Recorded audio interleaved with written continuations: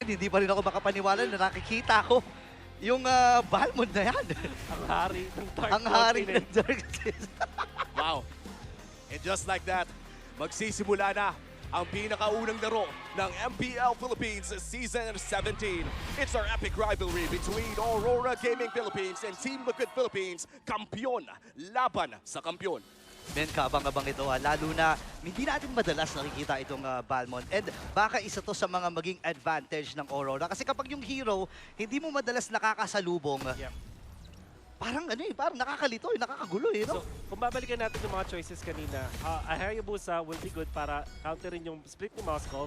Pampatay din siya dun sa Eve and many times against the Leomord. The next option was the Akai para meron kang heavy spin for additional stun.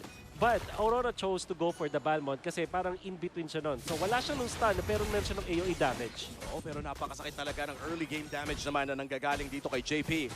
And so far, no, mukhang ang kalakasan talaga ng Balmond ay napakahirap niyang i-invade. Oo. Lalabanan ka kasi at lalabanan yan. And hindi rin biro, hindi mo rin super tansyado kasi yung damage nung mga ikot-ikot na yan.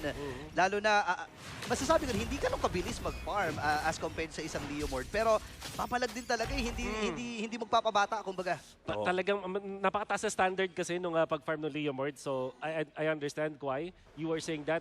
Kaso yung Balmond is still a very fast jungler to me para sa kung utility jungler basis. Tapos meron ka pa no lethal counter retry na sa ngayon, yung first kill retry kasi ng isang Leomord, ang hirap na din talunin. Pero kung may lethal counter ka to go with it, yun. Meron ka talagang pwede isabay dun sa retry mo. Binigyan ng OG. Oo nga Yan ang OG combo Binigyan ng dati OG. sa retry. Op. Wait lang, may wall din, si Light. Pero pwepwesto na sila 4 segundo para sa unang pagong. Mukhang mauuna dito ang Aurora. Oo. At kontrolado na ng Aurora ang River. And mukhang mahihirapang pumasok ang Team Liquid Philippines. Maliban na lang, of course, kung makakapag-level 4 para doming kahit Aray. medyo nalulugi kay Daiki. Nako. At papalagan pa ata. Ay! Nirekulan Uy! pa! Wait lang, may mga pag-recall pa na ginagawa. Yue ngayon, yung mga kalahati. Bago naman yung nahahawakan, Edward, tumamba na. Pero sa likod ng bahagi, si Demon Kite ang pinupuruan. Pero si Sanjay na maaalam din. Ang baba na nabuhay ni Demon Kite. Siya'y mapapatay ni Carlito ngayon. Sasama na SOD! si Demon Kite. Tumama ang SOD. Sasama ba si Daiki? Yan ang katanungan. May blessing duwid ay bibidbilin. Sa iba nilikuran. Pero si Carlito ay nakadalawa na. Pero ang pagong ay Wow! hindi pa rin No nakuha. way! Sino ba?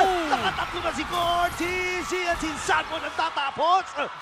Wow! Clutch play mula sa The Goat. Paano nga ba nangyari yun? 7 deaths across 2 teams nung nangyari. Kaya naka 3 kills doon si The Goat dahil doon sa paggamit niya ng kanyang first kill. At yung idea nila is to go for the Balmond. Actually, sinacrifice nga nila si Sanji doon sa exchange na yun. Pero mas nakakuha sila na mas maraming kills. Oo, at mukhang ipagpapatuloy ng Aurora ang Round pag-take two. ng first turtle na to. Round 2 na ang kanilang call. Edward, Oy! kumalunan ako, hindi yata makakagalaw si Carlito. At siya'y napunong na kagad. Mula kay Miss Second Set, nakadalawa na. Pero sa likod ng bahagi naman si Demon Kite kumamaalam din for the second time. Si Sanji ngayon ay kailangan umatras sa baba na ng kanyang buhay. Edward with a triple. Pwede pa magkaroon ng isa. Grabe yung suntukan ng dalawang kupunan na ito. Si Grabe! Sanford looking at that sustain. Kaya niya atang tibayan ang kanyang sarili para makaalpas pa. Men, 3 minuto pa lang lumilipas. Pre, 11 kills na to. Wala pang 4 na minuto, Burrito, as you said. 11 kills across the board. At hindi pa rin natitake yung first turtle. Wala pa rin nakakakuha. Wala pa rin nakakuha. At this time, yung dalawang junglers natin will decide to just to take their own farm. Kasi ang laking bag, ang dami nang nawala sa kanila. Let's find this being a 3-2 kill score para kay Caltizi. Back-to-back deaths, tapos hindi siya nakakuha ng second cycle ng mga minions niya. Hindi ganun kaganda, kaya mas pinokusan nila kumuha dito ng War Axe. Now it is available. At Yun. mabilis na pagkuha ng turtle para sa TLPH. Tech charge ay ginamit ni Light pero wala na siyang aabutan. Napagandang pagliko nito para sa Team Liquid at sila yung may hawak ng maliit na kalamangan dito. And looking at Edward, no, near perfect, or in fact, almost perfect na KDA para sa kanya. 5-1-1 on this Lapu-Lapu. At siya din ang pinakamayaman kung ikukumpara sa mga ilang miyembro ng larong ito. Pero hindi naman ganoon kalaki ang ating gold lead. Honestly, parang dead even nga ata tayo dito eh. Kailangan nating makita yung farm ng bawat ang miyembro dito. Kasi etong si Daiki nakapag-farm ng matiwasay dun sa mga pangyayari na yon. Tapos etong si Sanford na hindi pa namamatay pero meron siyang 4 assists and 1 kill. Ito siguro yung mas scary. Sabihin na natin na maganda yung scaling ng dalawang gold laners natin pero yung Alice na tatlo na yung hinahawakan tapos nabubuhay pa rin, parang maa-accelerate yung pagpapakunat at pagsusustain dito ni Sanford. And so far, no, mukhang si JP makakahuli na 3. Okay, Raging Sandstorm ay nagamit niya rin. Pero hindi na muna lalaban dito ang Team Liquid. Inaantay nila. Mahaba pa. 1 minuto pa halos para sa ikalawang pagong. Pero ito magandang tutukan pa rin. Kanina pa nagbabakbakan. Ito dalawang goal din. Pero wala kamala-mala si Dominic rather. Tinamaan siya ng SOD. Uy! Pero hindi muna papasok si Daiki. Grabe naman. May mga recall pa. Yan ang gusto ko eh. Papadaig. Hindi magpapataig. Yung mga gold laners natin, hindi nawawala yung spiciness eh. And bigla na lang din na nahimik ang dalawang teams natin. 3.39k for Caltisi under duress dito sa may bottom lane. Let's have the ult. Kunat. Ang Kunat kunat talaga. Kunat. Hindi naman oh. Akunat! Hinihiwa-hiwa ni Carl Tizzy pero hindi tumatakbo sa balat ni Edward. Pero si Sanford ngayon ang tututukan ni Yue. Bibit-bitin with that lantern pero wala eh. Kalma na muna. 5 seconds para sa pagong. Sabi ni Yue, sige doon tayo magkita. Yun naman talaga ang magiging goal or objective ng dalawang teams na ito. Second turtle of the game. Mukhang wala namang nakakalawang in terms of pwesto. No? Nariyaan si Sanford para magbigay ng vision for the side of Team Liquid Philippines.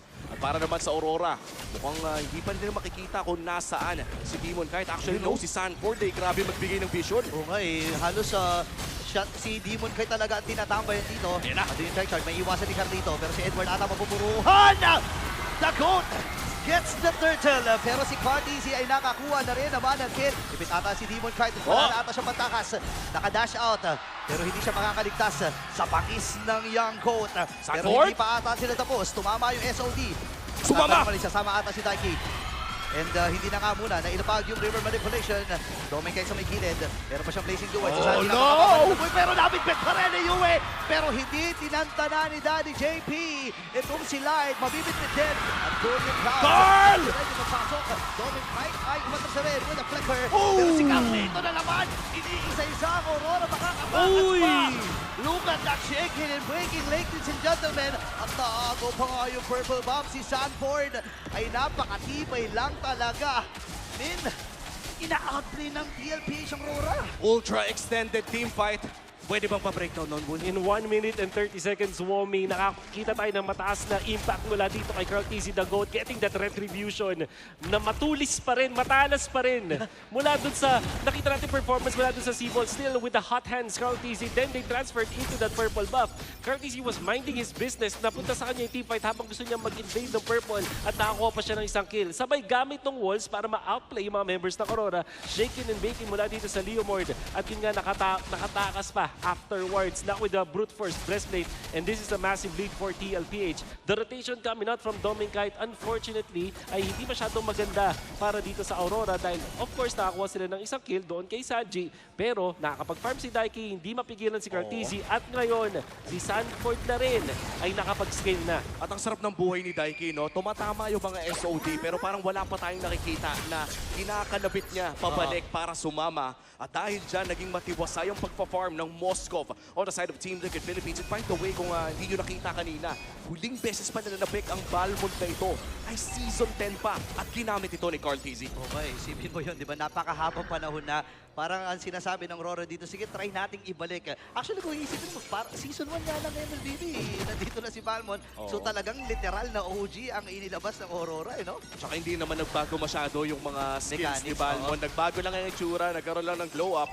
At ngayon with the First Lord ay mukhang pwepwestuhan na ng Team Liquid Philippines ito. Lamang silang 3,000 kontra Aurora Gaming. Pero with 3K gold leads, kaya pa rin kasi tuming-fight eh. Yeah. And it's mainly because of yung power spike ng Aurora sa ngayon gamit yung Balmond at itong Lapu-Lapu.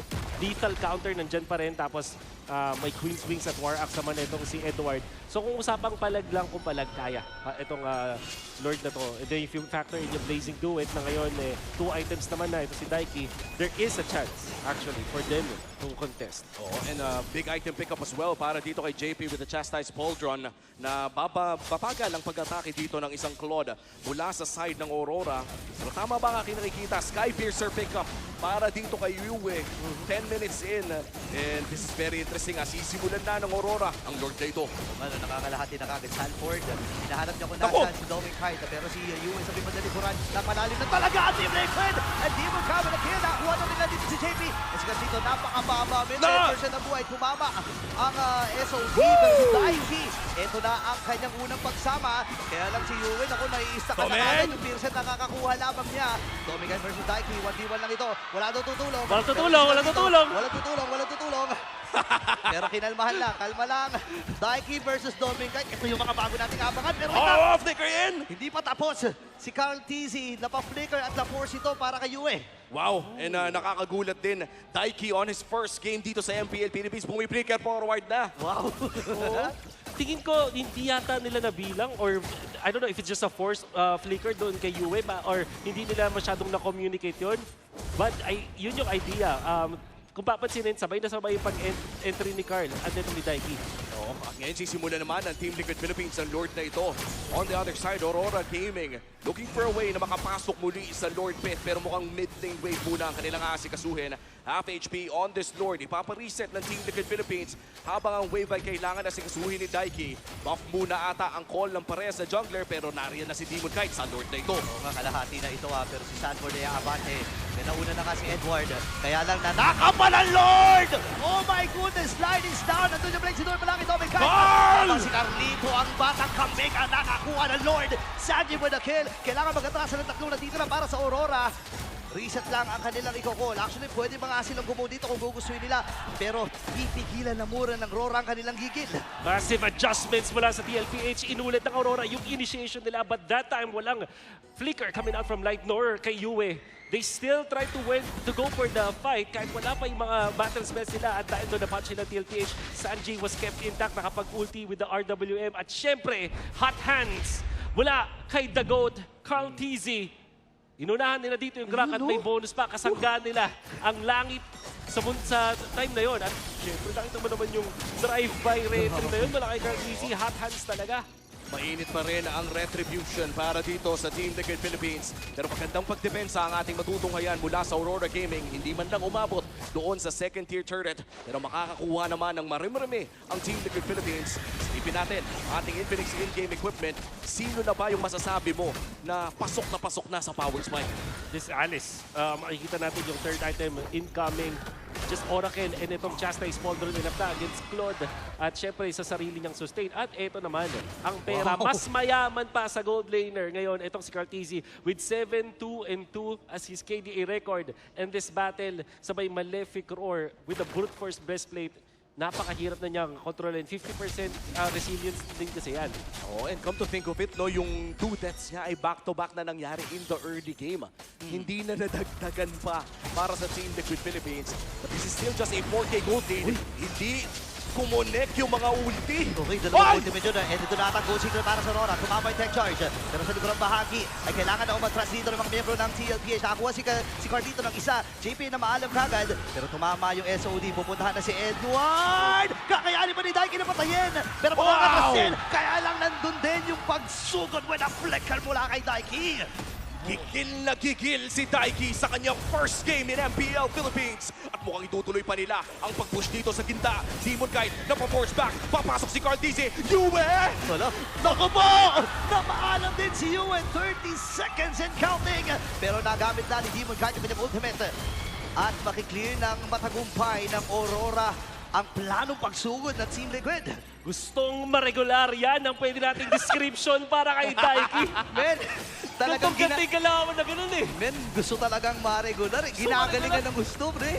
Mula dun sa laning stage sa pagkonekta with the SOD, his connection with Carl TZ, at dun sa huling team fight, nakita mo naman, Edward, yung pinata niya, Edward Lapu-Lapu, mga kaibigan, hindi nagpapatinag, hindi nagpapa-aura, at Daiki wants to say na he belongs in this league.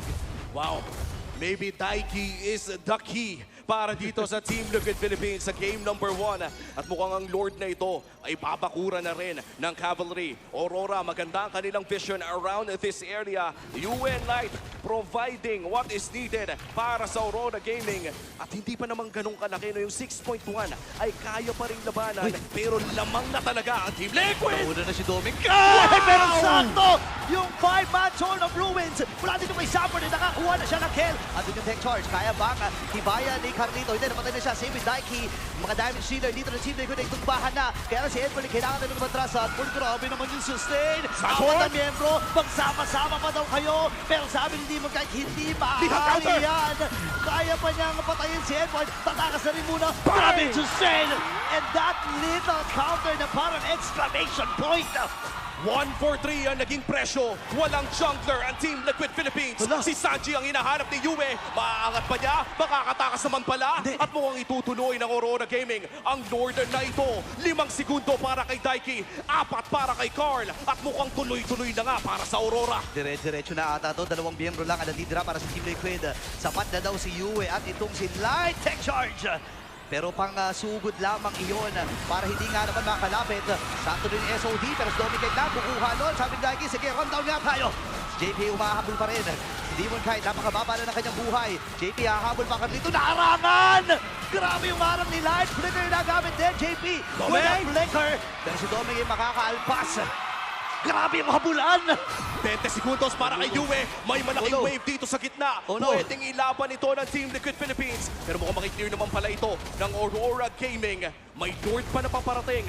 Wolf, ano ba ang mga pwede nating makita sa larong ito? There will be natural pushes para sa Aurora dun sa dalawang gilid dahil hindi siya pinansin ng TLPH. But my, oh my, Aurora. Yung control. At eto na naman, may ginagawa na naman si Light. Napakontrol namin niya. Siya rin yung dahilan kung ba't maganda yung initiation para sa definition ng patay ng Aurora, si Carl TC at si Daiki, the fight prior to that. And although maganda ang ipinakita doon ni Sanford going for the backline, Throne of Ruin doon sa may 5, the sustain that he had will not be a factor para sa hari ng Dark Continent na si Demon. Kahit the lethal counter is HP based, wala siyang pakialam sa kunat mo at sustain mo. Basta umabot ka dun sa threshold, talagang dadakdakan ka sa muka. Dito ang Demon Kite. Ito, Aurora Gaming, may Lord doon sa may bantang itaas. The defense side ng Team Liquid Philippines. This is marginally one of the lowest gold lead na makikita natin. Pero si Dominic ay mapopoke na naman. JP medyo nakulong. Sanford ay makakakuha ng konting sustain. Pero mukhang magdedepensa naman pala ng Team Liquid Philippines. Ang Torre doon sa may bantang itaas. May kwento pa sa gitna at sa baba. Pero mukhang ang Aurora ay may pasensya Pasensyoso, oo. sa ginagawa nila. Yeah, grabe. Alam mo, ang tagal na pagtitiis ni Doming Kite. Ngayon nagbubunga na, sumasakit, tumahapdi na rin. Even si Daddy JP Brain, hindi na niya kayang tiisin eh, no? Sasaktan na yung Sasaktan na eh. And I think yung pwestuhan ni Yue, yung i-comment ko so far dito para sa Aurora. And to think na nagsimula siya dito with 2 deaths, kaso yung kanyang performance naman when it comes to initiations, nagbibigay sa Aurora ng paraan para manalo dun sa mga defense. Strength of the Zushin is kahit ikaw ay isang mid laner, pwedeng ikaw yung mauna. At yun yung ginagawa dito ni Yue, para siyang nagsisilbing vision at unang nag-engage para sa Aurora. That makes it so na etong si Light, tatama yung kanyang ultimate. At kung sinabayan yan ni Edward, makikita siguro natin dito sa replay. Wow. Ganda ng Throne of Ruin. Edward going in. At ito, in-skip talaga nila si Sanford.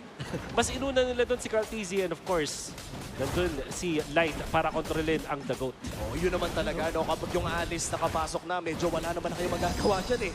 Might as well go in for the next big target. In 18 minutes in, yung 6K gold lead na nakita natin mula sa Team Liquid kanina ay nabura all the way down to 700.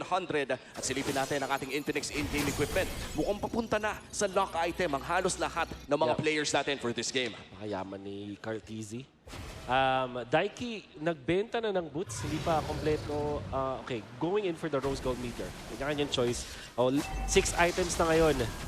At dahil wala nang lamang dito ang TLPH, anybody's ball game na to. At as long as Demon Kite is alive, there is always a chance na gumawa ng lethal counter, retry play. Tapos puno din yung mga battle spell ng Aurora. Tapos bakit Destiny ba yung nakita ko doon? Wala doon kay Yue? I'm not sure mo ma-check Aray, natin mamaya. no. Sakit na napa-flicker po si JP. Oh my goodness, napakahapdi. Ito yung sinasabi natin kanina, talagang bumabaon na lahat ng mga bala na meron si Dominic Kite. JP ngayon, ra-round 2. Andun yung ultimate mula dito kay Yue. Nahabol si Sanji, mabibitbit. At ito ata yung goal signal mula sa Aurora. Nagamit yung winter ground. At nabitbit din si Sanford. Kaya lang si Sanji ang nauna. Ngayon mabibitbit din si JP. Pop yung immortality. Doming! Pero si Carlito sa likod. Nakuha ka agad yung damage dealer ng Aurora. Nakakabili ng immortality dito si Carlito. Ganon din naman si Edward. Si Carlito ay haharangan. Pop yung immortality. Makapag-buy and sell ba? Kaya lang parang wala ata siyang pambahin silbre. Andun si Daiki. Oh! Tama yung SOD! Pamamaalam din! 7 seconds sa send. Tumpa na rin itong si Yue. Dalawa na lang natitira mula sa Aurora. Pero si Demon Kite ayaw tantanan! Ayaw tantanan! Ni Sanford mga kaibigan! Nililigaw Hindi na lang pinapauwi. habang papunta na sa base dito at Team Liquid Philippines. Magandang harap mula kay Light. Pero si Demon Kite ay namatay din. Napakataas na death timer dito ng Aurora 10 Gaming. seconds. And si Light na lang ang natitirang mag-isa. Sabi ni Daiki, sige na, tapusin na natin ito. 5. Kaya ba niyang ma-depensa? May harang siya na gagawin. Buhay na si Doming! Mabuhay na rin ito si Doming. May blazing duel siya na gagamitin. Pero sa mata para maklear ang lahat ng mga wave. Yes, Sapat! sir! Naklear ang lahat ng wave. Oh! Yung SOD para tapusin ang Game 1. And what a finish para sa reigning, defending MPLPH champions.